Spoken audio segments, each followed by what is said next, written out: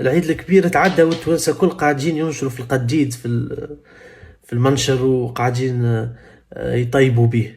اما لازمنا نعرفوا اللي القديد ما لازمش العباد يكثروا منه. علاش؟ على خاطر يتسبب ويزيد من امكانية انه الانسان يصاب بسرطان البلعوم الانفي، الكونسير دو كافون، نازوفارانكس. النازوفارانكس هو البارتي، الجزء الممر الموجود خلف الفتحتين هذوما الزوز نتاع الانف من تالي، واللي يعدي باش يعدي الهواء باش يهبطهم الى القصبة الهوائية.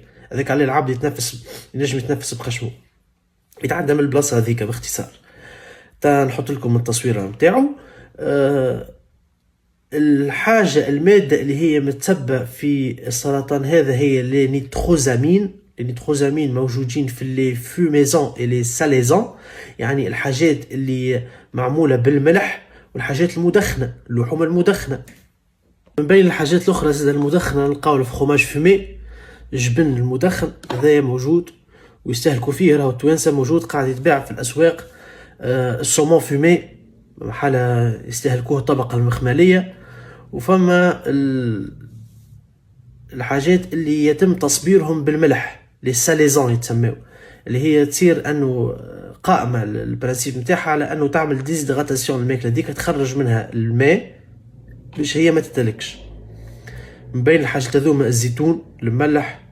فما برشا لحوم عندنا في تونس اللي احنا يتم تقديدها بالملح، هذاك عليه نحاولوا ما نكثروش منه باش لا يقدر ما نمرضوش بالامراض هذه هي.